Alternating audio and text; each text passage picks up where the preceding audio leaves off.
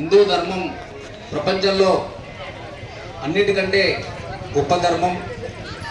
పురాణాల నుంచి, ఉపనిషత్తుల నుంచి, వేదాల నుంచి అనేకులు మన ధర్మాల గురించి చెప్పడం జరిగింది. శ్రీకృష్ణుని విషయానికి వస్తే అతని జన్మదినం ఈరోజు, అష్టమి రోజు. అందరూ అనుకుంటారు అష్టమి మంచిది కాదని. అష్టమి మంచి తిథి. ఎందుకంటే శ్రీకృష్ణుడు ఒక ఆదర్శ పురుషుడు, ప్రపంచానికి ఒక ఆదర్శ పురుషుడు అయ్యాడు.